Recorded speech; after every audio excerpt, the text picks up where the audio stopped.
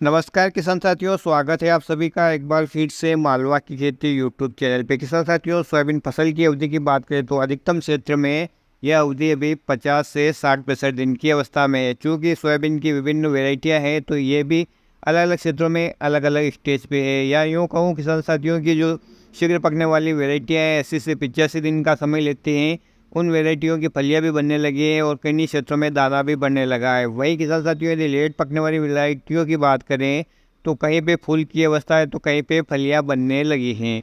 और इस समय किसान साथियों, हम अपनी फसल की स्थिति देखें तो हमें 2 से 3 प्रकार की समस्याएं देखने को मिल सकती हैं। पहली ये समस्या दिख रही है किसान साथियों कि इस बार जो रेसिस्टेंट वेराइटियाँ है पीला मोजेक वायरस के प्रति, चाहे वो NR 150 हो, आरवेसन 1135 हो, उनमें भी पीला मोजेक रोग का अटैक दिख रहा है। साथ ही किसान साथियों, विभिन्न प्रकार की इल्लियाँ भी हैं और इल्लियाँ भी आसानी से कंट्रोल नहीं हो रही है। वहीं किसान साथियों, कुछ क्षेत्रों में फसल काफ़ी हाइट बड़ी होने की वजह से आड़ी गिर चुकी हैं और वो किसान भाई भी काफ़ी परेशान हैं कि करें तो क्या करें। तो किसान साथियों, आज इन्हीं विषय पे बात करने वाले हैं, तो पूरी जानकारी के लिए आप वीडियो के आखिरी तक बने रहिएगा। इस बार जो वायरस जनित रोग है पीला मोजेक रोग, वो आपको ऐसी सोयाबीन की रेसिस्टेंट वेराइटियों में भी देखने को मिल रहा है जो इस रोग के लिए प्रतिरोधी बताई जा रही थी।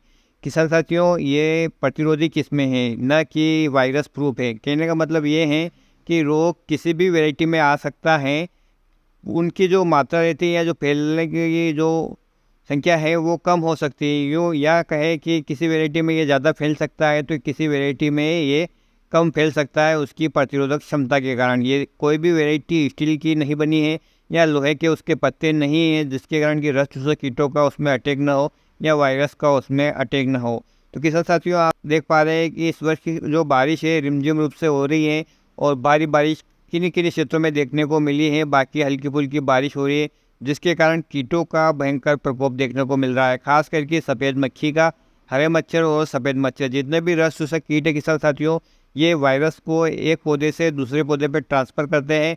परिणाम स्वरूप स्वस्थ पौधे भी वायरस के चपेट में आ जाते हैं और फसल रोगग्रस्त हो जाती है। जो वैरायटी आरवीएसएम 1135 जिसको बिल्कुल ही प्रतिरोधक वैरायटी माना जा रहा था, उस वैरायटी में भी किसान साथियों इस रोग के लक्षण दिखने लगे हैं। तो किसान साथियों, यदि आपके क्षेत्र में ये रोग नहीं आया है, लक्षण दिख रहे हैं, तो आपको इसका 2 से 3 प्रकार से उपचार करना पड़ेगा। कोई एक तरीका नहीं है कि इस पर आप पूरी रूप से कोई दवाई छिटक दे और आपको नियंत्रण मिल जाए। किसान साथियों, जैसा कि मैंने पिछले भी एक वीडियो में आपको बताया था कि ये वायरस जनित बीमारी है और वायरस का कोई इलाज नहीं है। यानी कि इसे वायरस को केवल फैलने से रोका जा सकता है और इसको फैलाने वाले जो कीट हैं, जितने भी प्रकार के रस चूसक कीट, खासकर की सफ़ेद मक्खी, उसको कंट्रोल यदि कर लिया जाए तो इस रोग को फैलने से रोका जा सकता है।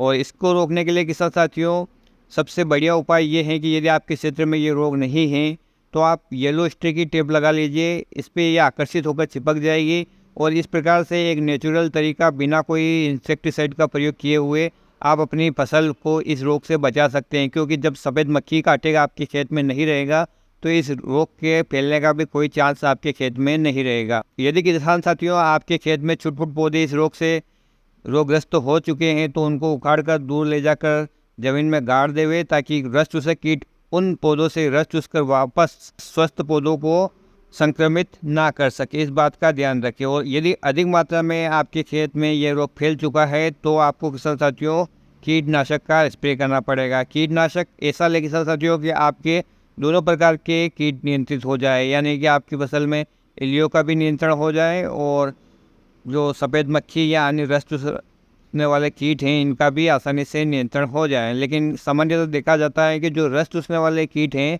उनका जो इल्ली पे काफ़ी कम प्रभाव रहता है। या आपने देखा होगा कि शुरुआत में जब हम अलीका या सोलोमन डालते हैं तो हमें इन रस चूसक कीटों से तो नियंत्रण मिल जाता है, लेकिन सेमिलिपुर इल्ली को छोड़कर बाकी किसी भी प्रकार की इल्ली पे हमें इनका कोई रिजल्ट देखने को नहीं मिलता है।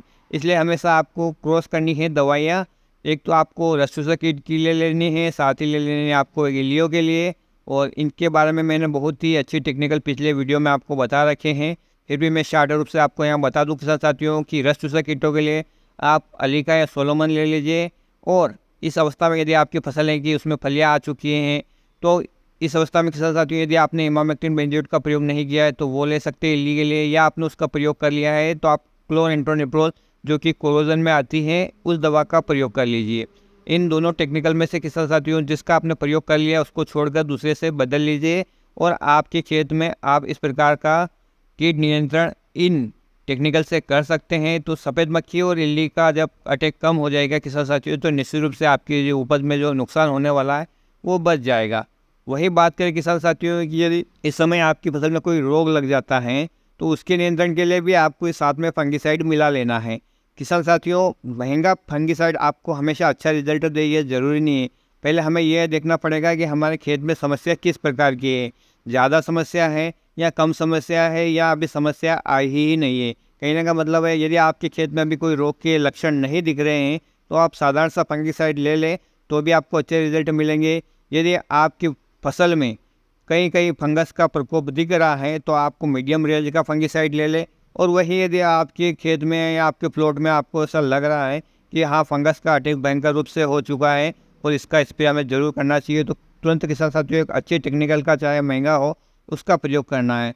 सामान्यतः मैं आपको 3 टेक्निकल बता देता हूँ कि यदि आपके खेत में किसी भी प्रकार के फंगस का लक्षण नहीं है तो आप साधारण सा फंगिसाइड जो कि मेनकोजेब और कार्बनडाइजिम आते हैं वो भी ले सकते हैं। यदि किसान साथियों आपके खेत में हल्के फुल्के फंगस के लक्षण आपको इस अवस्था में दिखते हैं तो आप जो स्वाधीन आता है सुमिटोमी कंपनी का या किसी भी कंपनी का आप टेबुकोनाजोल प्लस सल्फर का मिक्स कॉम्बिनेशन जो आता है उसको ले लीजिए। और किसान साथियों यदि बहुत ही भयंकर रूप से आपको ऐसा लग रहा है कि यहाँ आपके क्षेत्र में हमेशा फंगस का अटैक होता है, उस कंडीशन में किसान साथियों आप जो बीएसएफ का फ्रैक्चर फंगिसाइड आता है आप इस कंडीशन में ले सकते हैं और अपनी फसल को रस चूसक कीटों से और बीमारियों से और इल्लियों से यदि इस समय आपने बचा लिया तो निश्चित रूप से आपकी फसल का जो है उत्पादन आपको अच्छा देखने को मिलेगा। कुछ इस किसान साथियों के प्रश्न हो सकते हैं कि गडल बीटल का भी इस समय ज़्यादा अटैक देखा जा रहा है, साथ ही साथ सफ़ेद मक्खियाँ भी ज़्यादा सक्रिय हैं। तो इसका कारण किसान साथियों कई क्षेत्रों में भारी बारिश नहीं हो रही है जिसकी वजह से इन इल्लियों और इन कीटों का प्रकोप बराबर बना हुआ है। दवाइयों का रिजल्ट हमें कुछ दिन तक मिलता है और वापस से ये कीट हमें फिर से अपने खेत में देखने को मिलते हैं। यदि तेज़ तड़ाहट और धमाकेदार बारिश हो जाए ना तो किसान साथियों इन कीटों से हमें 50% तक वैसे ही मुक्ति मिल जाती है। लेकिन अब बारिश नहीं हो रही है तो कीटों का अटैक निश्चित रूप से होगा और कीटों का अटैक होगा तो फसल को नुकसान होगा। तो फसल को नुकसान से बचाने के लिए हमें समय समय पे स्प्रे करना पड़ेगा। जहाँ पर हमारे 3 स्प्रे हो रहे थे किसान साथियों हो सकता है कि इस बार हमारे 4 स्प्रे हो जाए। तो इस बात का ध्यान रखते हुए अब आपकी फसल की जो वो कंडीशन है कि आपको दैनिक मॉनिटरिंग करना पड़ेगा। किसी भी प्रकार के फंगस के लक्षण दिखे या आपको कीट दिखे या आपको रस चूसक कीट दिखे या कुछ भी समस्या आपको दिखे तो आपको उसका तुरंत ट्रीटमेंट करना है। नुकसान हो जाए उसके बाद ट्रीटमेंट करेंगे तो किसान साथियों आपको कोई फ़ायदा नहीं होगा। तो सतर्क रहे, सावधान रहे, अपनी फसल की दैनिक निगरानी करते रहें, बिना किसी समस्या के कोई स्प्रे ना करें और समस्या दिखने पर किसान साथियों आप उसमें स्प्रे ज़रूर करें तो आपकी जो फसल है वो आपको अच्छा उत्पादन देकर जाएगी। तो किसान साथियों इस वीडियो में शॉर्ट रूप से मैंने आपको यही बताने का प्रयास किया है कि जैसी आपकी फसल को ज़रूरत है या उसमें कीटों का प्रकोप है, यदि फंगस का प्रकोप है तो आप उसी अनुरूप उसमें स्प्रे कीजिए। निश्चित रूप से किसान साथियों आपकी उपज का आपको अच्छा उत्पादन मिलेगा। मेरी शुभकामनाएं आपके साथ है कि आपको अपनी मेहनत का पूरा फल मिले। आज के वीडियो में इतनी जानकारी के साथ साथियों फिर मिलते हैं एक नए वीडियो में एक नई जानकारी के साथ। तब तक के लिए ख्याल रखिएगा आप अपना, अपने परिवार का और अपने पशुधन का और अपनी फसलों का। वीडियो देखने के लिए आपका बहुत बहुत धन्यवाद। जय हिंद, जय जवान, जय किसान।